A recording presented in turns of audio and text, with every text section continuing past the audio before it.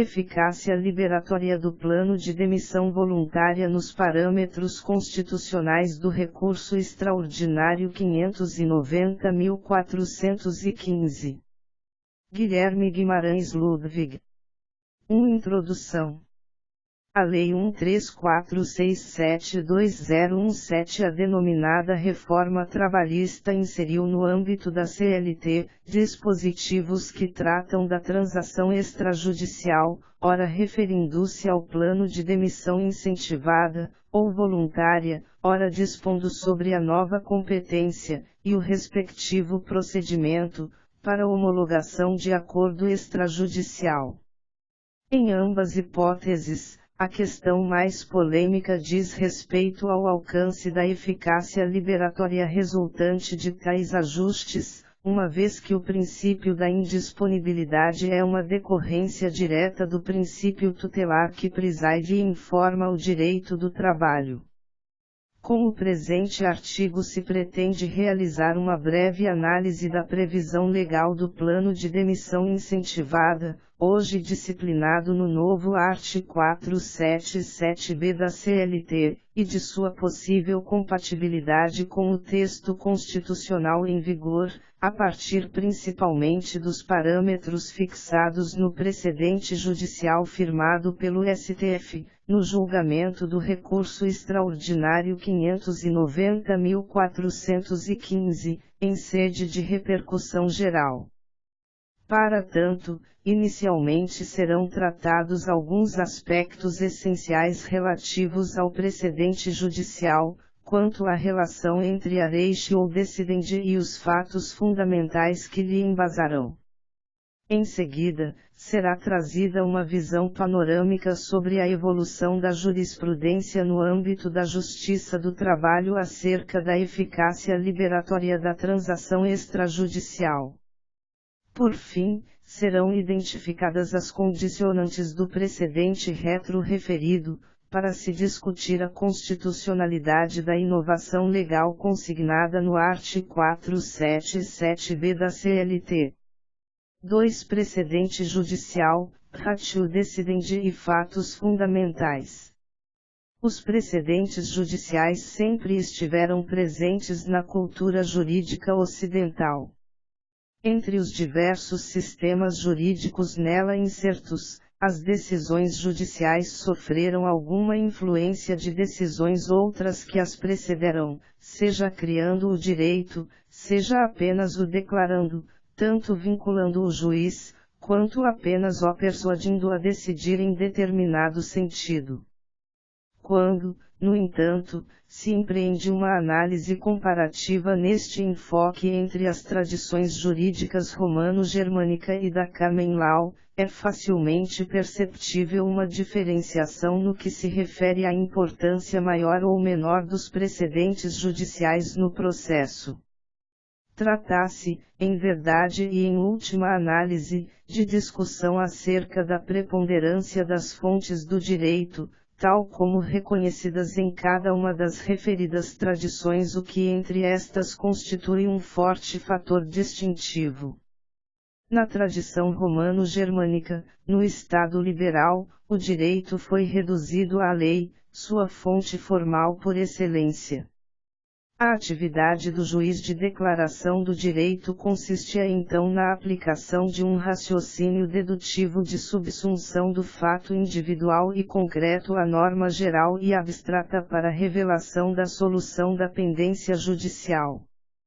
Prevaleceu a ideia do princípio da segurança jurídica guarnecido nos estritos termos da produção do poder legislativo. Tratava-se, todavia, de apenas um dos caminhos possíveis e efetivamente adotado para alcançar tal desiderato naquela tradição jurídica, por motivos de melhor adequação nas específicas circunstâncias históricas que embasaram a cultura jurídica na conjuntura verificada. As condições históricas específicas das ilhas inglesas, por seu turno, acarretaram uma conjuntura completamente distinta da vivenciada na Revolução Francesa no continente, especialmente considerando que o fortalecimento monárquico inglês não significou poderes absolutos ao soberano, bem assim que a magistratura de então era uma força de contenção dos abusos do governo. Inexistindo desconfiança quanto aos juízes e se mantendo os costumes como fonte preferencial do direito, o valor da segurança jurídica na common law não seria estritamente dependente da observância dos rigorosos termos dos enunciados da lei em sentido estrito, mas sim da construção de um direito jurisprudencial por intermédio dos precedentes judiciais. A relativa independência do direito quanto à fonte formal representada pela lei geral e abstrata é fator que favorece a técnica casuística, centralizada nos fatos das causas sobre os quais se adaptam princípios fundamentais. O precedente judicial é formado então a partir essencialmente da matéria fática relevante, examinada pelo juiz e determinante para a decisão. O desenvolvimento do direito avança assim gradativamente com base em um método indutivo de percepção do fenômeno jurídico, aplicado em decisões judiciais singulares no caso concreto, o que garante o princípio da segurança jurídica na dinâmica dos efeitos retrospectivos e prospectivos dos precedentes. Ocorre que, de acordo com Luiz Guilherme Marinoni, a influência do constitucionalismo sobre a tradição jurídica romano-germânica, especialmente pelo reconhecimento da força normativa dos princípios constitucionais, conferiu ao juiz poderes similares de controle da lei apoiados na Constituição, aproximando-o assim da common law. O juiz então deixa naturalmente ali de ser um repetidor da lei, para controlar a validade desta em face de sua conformidade com a Constituição. O advento do Estado democrático de direito, na medida em que mitiga a supremacia da vinculação estrita à lei e afasta o seu monopólio no campo das fontes do direito, aproxima do mesmo modo, neste particular, o juiz da tradição romano-germânica daquele atuante na tradição da common law, ao engrandecer o papel das decisões judiciais como elementos garantidores da segurança jurídica. Este fenômeno demanda o advento de um novo paradigma para a teoria geral do direito, que reflita os veículos da força vinculante das constituições sobre o ordenamento jurídico e sobre a própria atividade do poder judiciário. Torna-se necessária a adoção do precedente judicial vinculante. Consoante Michel Tarufo, o precedente fornece uma regra universalizável a ser aplicada nos casos sucessivos que apresente identidade ou analogia entre os fatos com alicerce em uma comparação a ser empreendida pelo juiz. Deste modo, o precedente tende a propiciar a uniformização das decisões subsequentes. Em sentido estrito, vem a coincidir com a tese jurídica que se extrai da fundamentação da decisão areixe ou decidendi, ou holding, para os norte-americanos. Sob este enfoque é que Daniel Mitidiero afirma que o precedente judicial não equivale à decisão judicial, mas a partir desta é formado, trabalhando essencialmente sobre os fatos jurídicos relevantes que compõem o caso examinado pela jurisdição e que determinarão a prolação da decisão. Trata-se aqui da generalização das razões adotadas como passos necessários e suficientes para decidir um caso ou as questões de um caso pelo juiz, o que não se identifica com a fundamentação da decisão em sua íntegra. São razões necessárias, porque sem elas é impossível se chegar à solução, e suficientes, porque bastam em si a esta solução. A reixe ou decidendi, embora extraída do caso concreto, deve ser universalizada como uma regra, ainda que a solução seja obtida com suporte em um princípio ou da colisão entre dois ou mais princípios. No processo decisório, portanto, são criadas duas normas, uma geral na fundamentação, mediante raciocínio indutivo, tendo em vista a interpretação dos fatos em sua conformação com o direito, a ratio decidendi, outra individual no dispositivo, pelo método da subsunção, que resolve a situação do caso a partir da norma geral anterior, apta a constituir a coisa julgada. Para Robert Alix, o uso de um precedente significa a aplicação da norma que subjaz à decisão do precedente, sendo que importa destacar o que se pode considerar como norma, a ratio decidendi. Arthur L. Goodhart fixa regras para a determinação da ratio decidendi, pela quais, esta seria encontrada nos fatos fundamentais reconhecidos pelo juiz e em como a decisão os leva em consideração, ao invés de ser buscada em razões ou regras de direito apresentadas ou tampouco na consideração de todos os fatos do caso e da decisão. Em seguida, estabelece uma série de elementos que permitem diferenciar se os fatos são ou não fundamentais, inclusive delimitando que, caso a discussão não os distinga, todos deverão ser reputados fundamentais. A ratio decidendi de um caso corresponde, deste modo, aos fatos fundamentais assim selecionados pelo juiz, ao que é acrescida a decisão neles baseada. Para Neil Duxbury, a escolha dos fatos pelo juiz cria a regra e vincula a doutrina do precedente ao princípio de que casos iguais devem ser julgados de igual forma, like cases be treated alike. Logo, qualquer órgão judicial que se encontre vinculado pelo precedente deve chegar à mesma conclusão alcançada no caso anterior, a não ser que haja um fato presente relevante e distinto ou, pelo contrário, que esteja ausente algum fato relevante antes considerado. Gustavo Zagrebelski identifica que o desenvolvimento do direito na common law não depende de uma dedução refinada baseada em grandes princípios racionais na lógica de um direito universal e atemporal, mas sim de uma atividade de indução em consideração à experiência empírica retratada nos casos concretos. Trata-se, portanto, de um processo inacabado e historicamente sempre aberto, em que o direito avança a começar da constatação da insuficiência das normas existentes perante a necessidade da justiça no caso concreto. O precedente judicial é formado então com base essencialmente na matéria fática relevante, examinada pelo juiz e determinante para a decisão. Neste cenário, o desenvolvimento do direito avança gradativamente com base em um método indutivo de percepção do fenômeno jurídico, aplicado em decisões judiciais singulares no caso concreto, o que garante o princípio da segurança jurídica na dinâmica dos efeitos retrospectivos e prospectivos dos precedentes. Estabelecidas estas premissas teóricas, parte-se para a análise da evolução do comportamento da jurisprudência trabalhista quanto à eficácia liberatória da transação judicial no âmbito da relação de emprego, questão de fundo discutida no recurso extraordinário 590.415. 3. Eficácia liberatória da transação extrajudicial na jurisprudência trabalhista.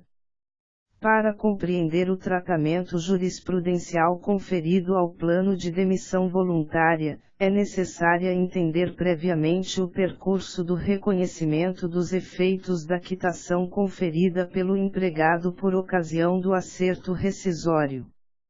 Até 1962, não havia formalidades específicas para o acerto rescisório, de modo que se admitia, inclusive, eventual recibo de quitação geral e indiscriminada por parte do empregado, o que apenas poderia ser atacado diante da demonstração de algum vício de consentimento.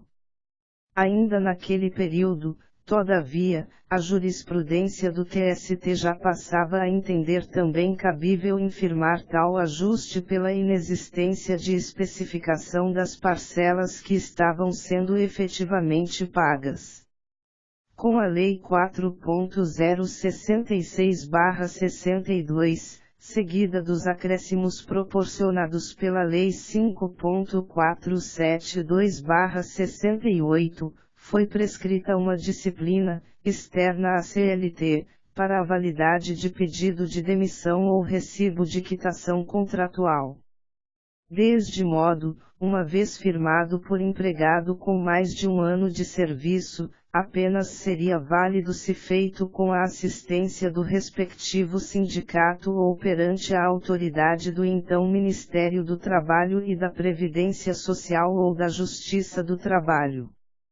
Surgia assim a homologação da rescisão, atividade administrativa que poderia ser efetuada inclusive, à época, pela própria especializada.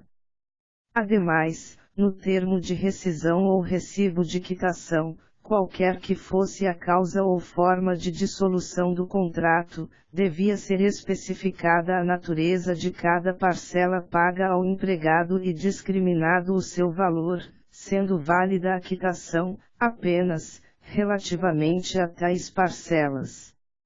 Com a Lei 5.562/68, este mesmo regramento foi transposto para o seio da própria Consolidação, nos ali acrescidos 1º e 2º do artigo 477.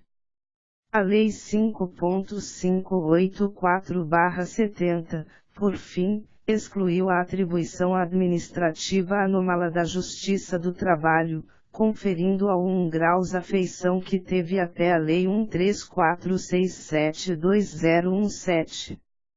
Em 1973, foi editado o enunciado 41 do TST, que trazia a interpretação restritiva dos dispositivos legais em questão, pela qual a quitação dizia respeito exclusivamente aos valores discriminados no documento respectivo. Tal entendimento veio a ser revisto, no entanto, 20 anos depois, com a edição da súmula 330. Em sua redação original, tal verbete indicava que a mesma quitação tinha eficácia liberatória em relação às parcelas expressamente consignadas no recibo, retornando assim à conformidade com a literalidade do 2 graus do artigo 477. Em 2001, o TST modificou novamente seu entendimento, para consignar que a referida eficácia liberatória não prevalecia quando oposta à ressalva expressa e especificada ao valor dado à parcela ou parcelas impugnadas. Por fim, por intermédio da Resolução 1212/2003, foram acrescentados 2 incisos à súmula 330, enfatizado-se, por um lado, que a quitação não abrangia parcelas que não constassem do recibo de quitação e seus reflexos em quaisquer outras parcelas, ainda que dele constantes, e, por outro, que, quanto aos direitos que deveriam ter sido satisfeitos durante a vigência do contrato de trabalho, ou seja, não qualificados propriamente como verbas rescisórias, a validade possível da quitação restringir-se-ia ao período expressamente consignado no recibo. Observe-se a este respeito que, no acórdão do correspondente incidente de uniformização de jurisprudência, a rejeição da possibilidade de quitação plena de parcela não rescisória foi fundamentada nos seguintes termos. Essa dupla interpretação não pode ser admitida, uma vez que a segunda dá um alcance maior ao enunciado, maior até do que a própria lei, que prevê a quitação de haveres trabalhistas, já que o artigo 477 da CLT somente trata de parcelas rescisórias. É claro que outras parcelas consignadas no recibo podem ser consideradas quitadas, mas apenas pelo valor aposto no recibo. Não se pode impedir que a parte procure, por ação trabalhista, receber um número maior de horas extras que não estão quitadas. Como exemplo temos o caso do empregado que, trabalhando 2 horas extras, a empresa só reconhece e paga 1 hora, que consta do recibo, a outra não. Pretender dar um alcance maior ao enunciado do que aquele previsto na lei ofende o art. 5º, inciso XXXV, da Constituição.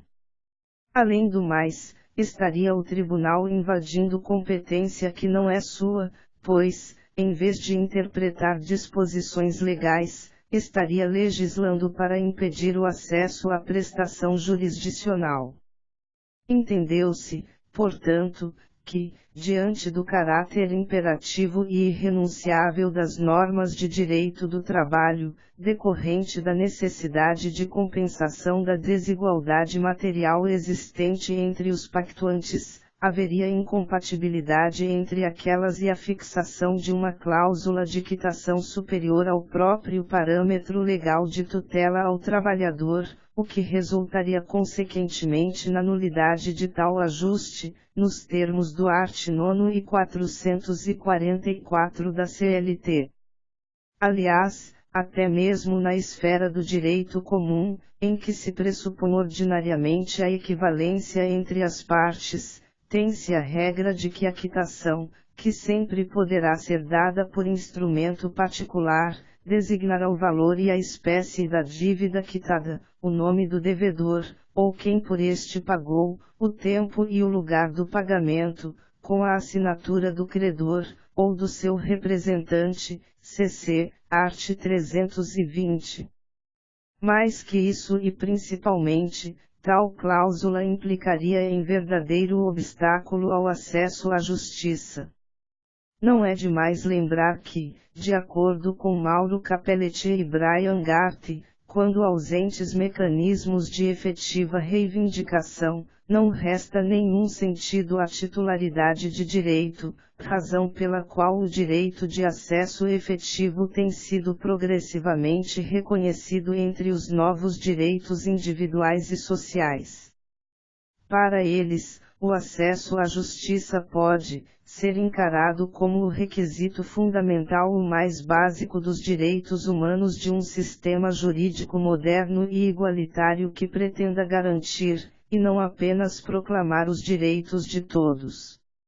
A ampliação interpretativa do alcance de cláusulas de quitação, deste modo, pode ser entendido como uma limitação ou vedação ao próprio acesso à justiça, especialmente na ótica informada por Cândido Rangel Dinamarco, de acesso a uma ordem jurídica justa, sendo necessário que as pretensões apresentadas perante o Poder Judiciário cheguem efetivamente ao julgamento de fundo, sem a exacerbação de fatores capazes de truncar a tramitação do processo, sob pena de violação manifesta do texto constitucional.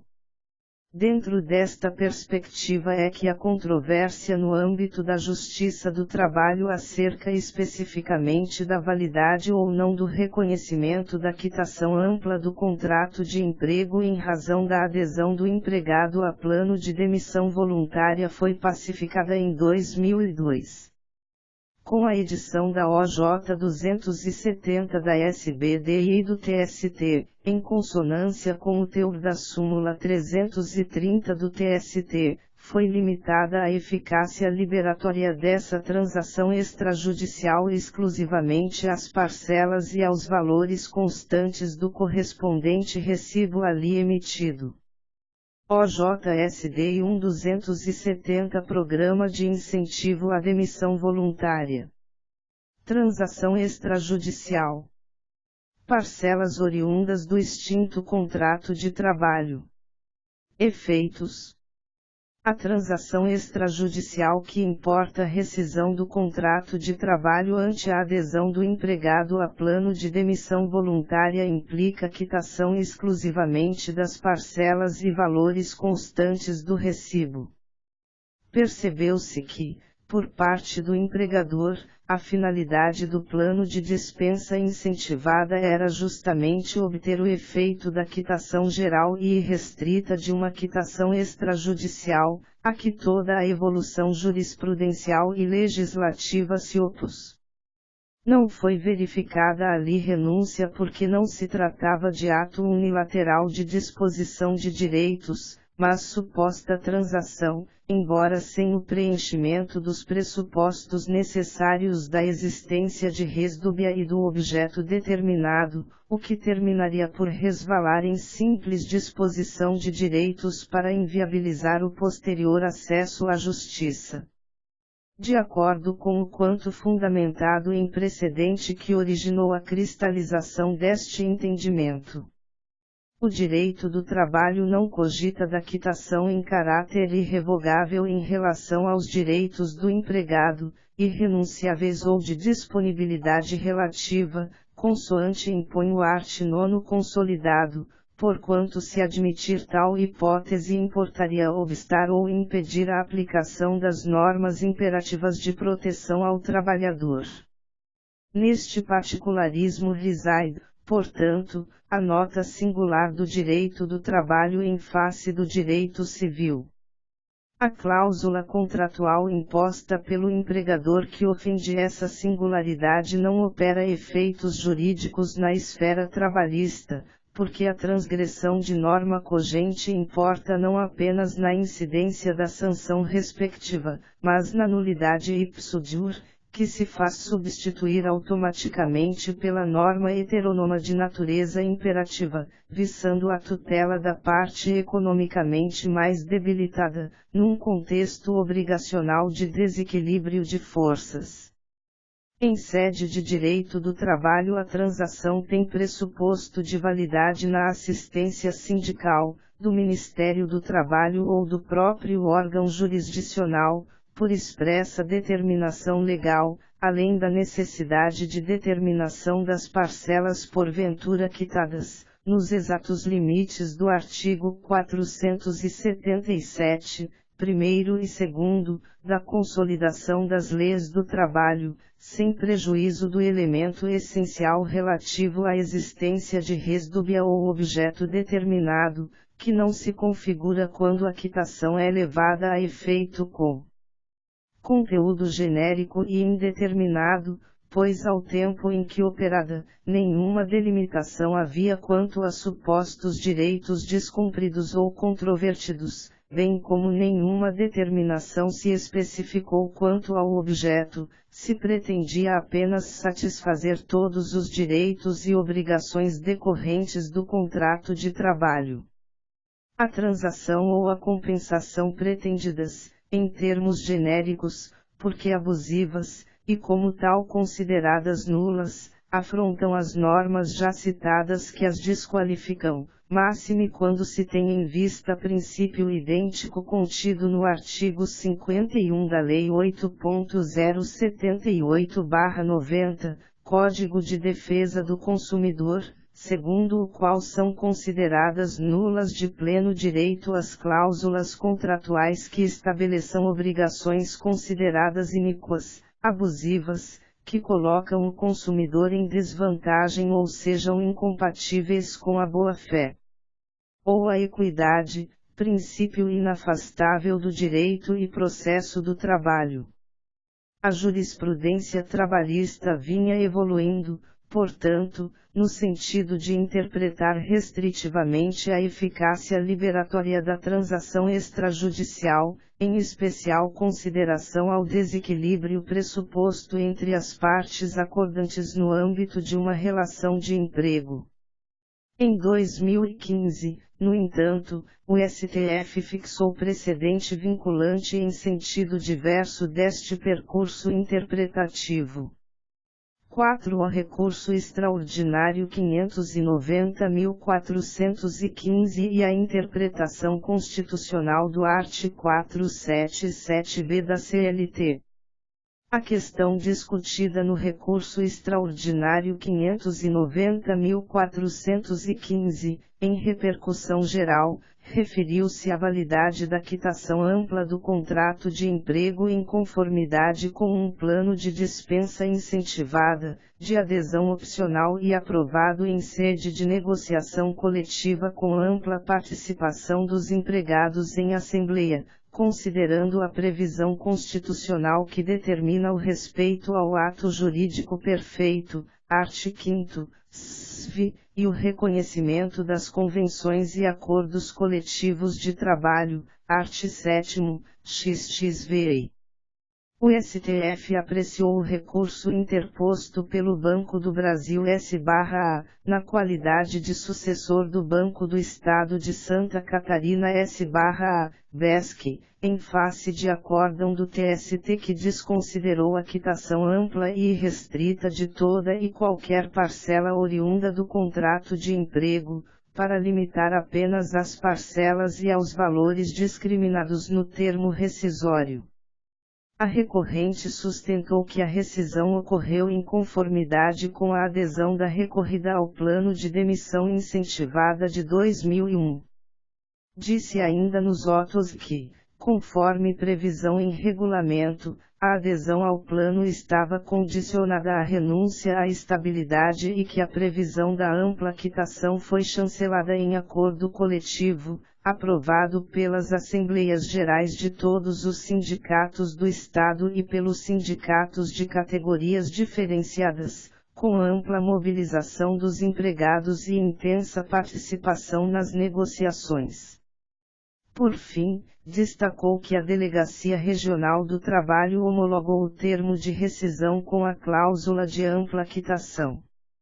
A seu turno, a recorrida, embora tenha reconhecido nos autos que assinou o termo de rescisão para transacionar os valores eventualmente pendentes pela indenização imediata, defendeu a eficácia restrita dessa quitação apenas a parcelas e valores constantes do recibo, de acordo com o art. 477, 2 graus da CLT, a súmula 330 do TST e a OJ 270 da SBDI e do TST. Em sede de repercussão geral, o STF decidiu: Direito do Trabalho, Acordo Coletivo, Plano de Dispensa Incentivada, Validade e Efeitos. 1. Plano de dispensa incentivada aprovado em acordo coletivo que contou com ampla participação dos empregados. Previsão de vantagens aos trabalhadores, bem como quitação de toda e qualquer parcela decorrente de relação de emprego. Faculdade do empregado de optar ou não pelo plano. 2. Validade da quitação ampla.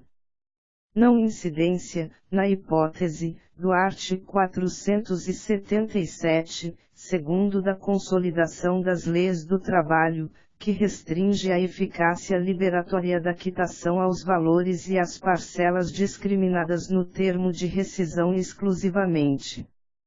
3. No âmbito do direito coletivo do trabalho não se verifica a mesma situação de assimetria de poder presente nas relações individuais de trabalho. Como consequência, a autonomia coletiva da vontade não se encontra sujeita aos mesmos limites que a autonomia individual. 4. A Constituição de 1988, em seu artigo 7º, XXVI, prestigiou a autonomia coletiva da vontade e a autocomposição dos conflitos trabalhistas, acompanhando a tendência mundial ao crescente reconhecimento dos mecanismos de negociação coletiva, retratada na Convenção N 98/1949 e na Convenção N 1541981 da Organização Internacional do Trabalho. O reconhecimento dos acordos e convenções coletivas permite que os trabalhadores contribuam para a formulação das normas que regerão a sua própria vida. 5. Os planos de dispensa incentivada permitem reduzir as repercussões sociais das dispensas, assegurando àqueles que optam por seu desligamento da empresa condições econômicas mais vantajosas do que aquelas que decorreriam do mero desligamento por decisão do empregador. É importante, por isso, assegurar a credibilidade de tais planos, a fim de preservar a sua função protetiva e de não desestimular o seu uso. 7. Provimento do recurso extraordinário. Afirmação, em repercussão geral, da seguinte tese: a transação extrajudicial que importa a rescisão do contrato de trabalho, em razão de adesão voluntária do empregado a plano de dispensa incentivada, enseja quitação ampla e irrestrita de todas as parcelas objeto do contrato de emprego, caso essa condição tenha constado expressamente do acordo coletivo que aprovou o plano, bem como dos demais instrumentos celebrados com o empregado. De forma sintética, podem ser identificados, como fundamentos determinantes do voto do relator no acórdão, os seguintes. A Constituição de 1988 instaurou um modelo mais democrático e autônomo de normatização justrabalhista, em sentido do fortalecimento dos mecanismos de negociação coletiva, sendo que, no direito coletivo do trabalho não se verifica a mesma assimetria de poder presente nas relações individuais, pois o princípio regente é o da equivalência entre os contratantes coletivos, razão pela qual a autonomia coletiva não se sujeita aos mesmos limites da autonomia individual. B. Mesmo que o não reconhecimento da plena liberdade sindical por adoção da unicidade sindical e do financiamento compulsório e genérico do sindicato impacte negativamente sobre a representatividade do sindicato e a equivalência entre os entes coletivos. Não há comprometimento da validade de acordo coletivo quando se trata de condições aprovadas pelos próprios trabalhadores em assembleia convocada para esse fim e posteriormente convalidada em assembleia sindical, para se tornar então objeto da norma coletiva. C. Considerando o princípio da adequação setorial negociada, as regras autônomas juscoletivas podem prevalecer sobre o padrão geral heterônomo, ainda que restritivas dos direitos dos trabalhadores, desde que não transacionem setorialmente parcelas trabalhistas de indisponibilidade absoluta na concepção de um patamar civilizatório mínimo. D. Pelo princípio da lealdade na negociação coletiva, o acordo coletivo deve ser celebrado e cumprido com boa fé e transparência, não cabendo invocar o princípio tutelar do direito individual, para negar validade a dispositivo ou diploma objeto da negociação coletiva. E, diante da inevitabilidade da dispensa de um grande número de trabalhadores, o plano de demissão incentivada pode reduzir a repercussão social das dispensas, assegurando aos optantes condições econômicas mais vantajosas do que as decorrentes da mera despedida por decisão do empregador. F. É reconhecida a natureza eminentemente sinalagmática do acordo coletivo, razão pela qual não é possível anular uma cláusula fundamental sem rescindir o negócio como um todo. Como se vê, portanto, embora a decisão do STF não tenha considerado a evolução do entendimento da justiça especializada sobre o tema, ainda assim fixou uma série de condicionantes não apenas para o reconhecimento da validade da transação extrajudicial com previsão da norma coletiva, como também de toda a possibilidade de prevalência do negociado sobre o legislado. Não obstante, regulando a matéria, a Lei 13467/2017 acresceu à CLT dispositivo segundo o qual plano de demissão voluntária ou incentivada, para dispensa individual, plurima ou coletiva, previsto em convenção coletiva ou acordo coletivo de trabalho, enseja quitação plena e irrevogável dos direitos decorrentes da relação empregatícia, salvo disposição em contrário estipulada entre as partes, art. 477b. Uma leitura apressada da inovação legal poderia levar a crer que a pura e simples previsão em norma coletiva seria o suficiente para se alcançar a plena e irrevogável quitação de direitos.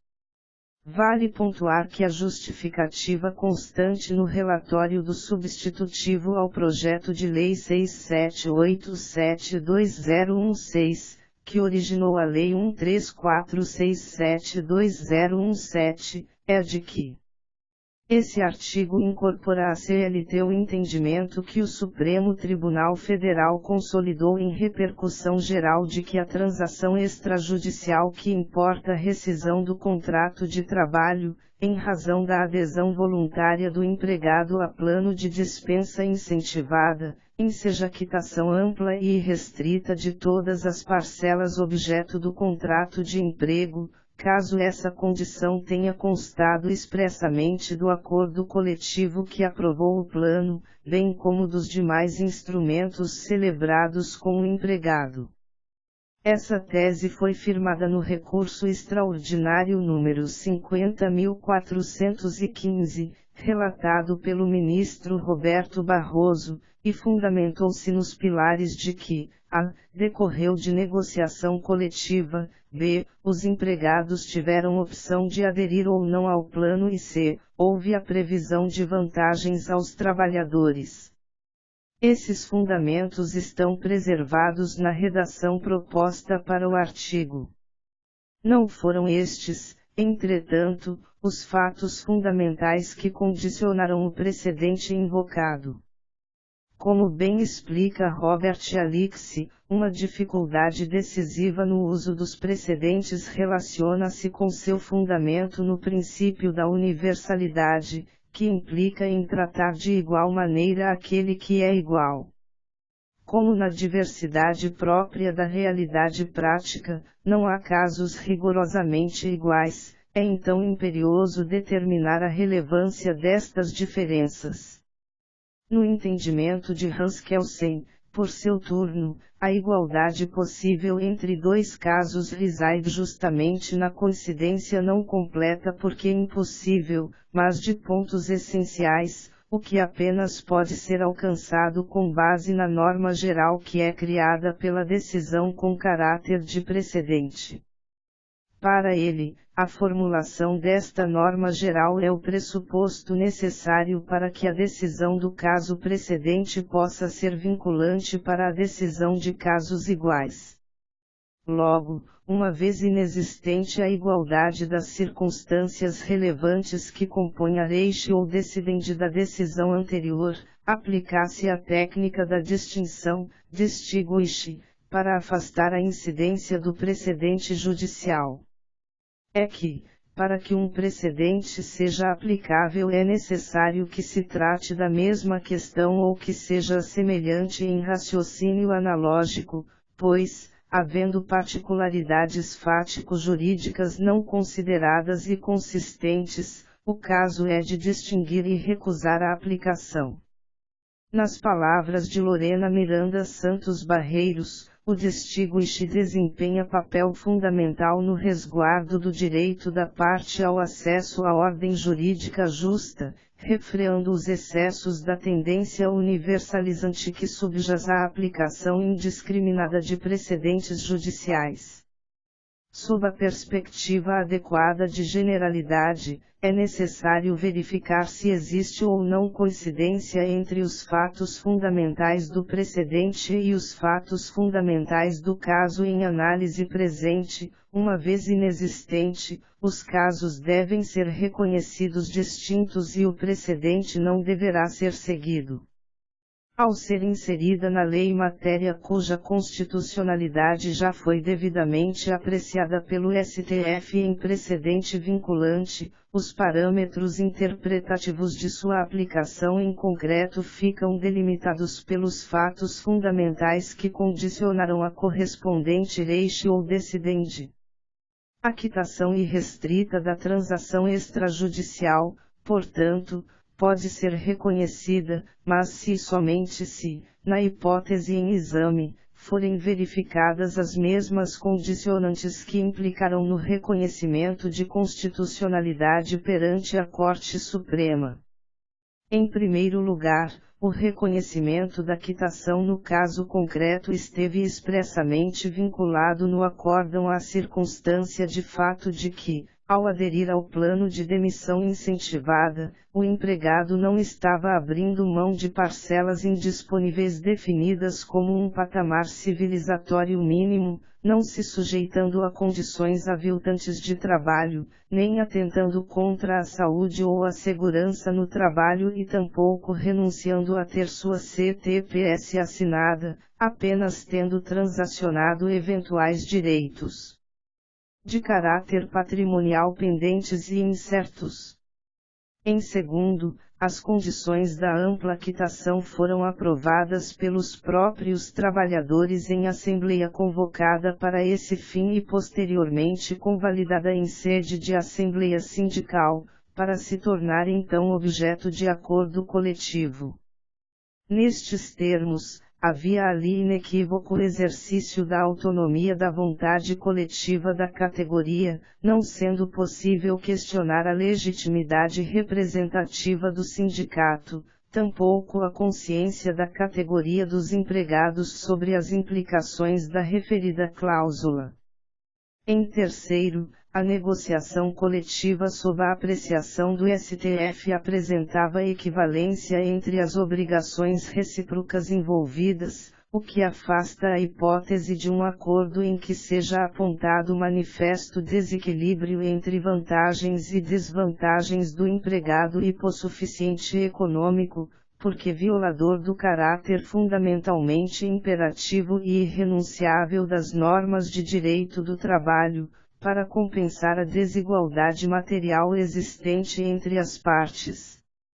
Logo, sem a verificação da ocorrência destes pressupostos de fato, os fatos fundamentais, que embasam a ratio ou decidendi do precedente vinculante que sustenta a possibilidade de compatibilidade constitucional do artigo 477b da CLT, o plano de demissão voluntária que contém a cláusula geral e irrestrita de quitação é considerado nulo, na medida em que tendente a fraudar os preceitos imperativos da legislação tutelar trabalhista, nos termos do artigo 9 da CLT, e impedir o indivíduo de exercitar o direito fundamental a ter acesso à justiça.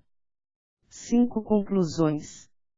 Diante do quanto exposto, é possível concluir que 1. O precedente judicial é formado com base na matéria fática relevante, examinada pelo juiz e determinante para a decisão, de modo que o órgão judicial que se encontre vinculado pelo precedente deve chegar à mesma conclusão alcançada no caso anterior, a não ser que haja um fato presente relevante e distinto ou que esteja ausente algum fato relevante antes considerado.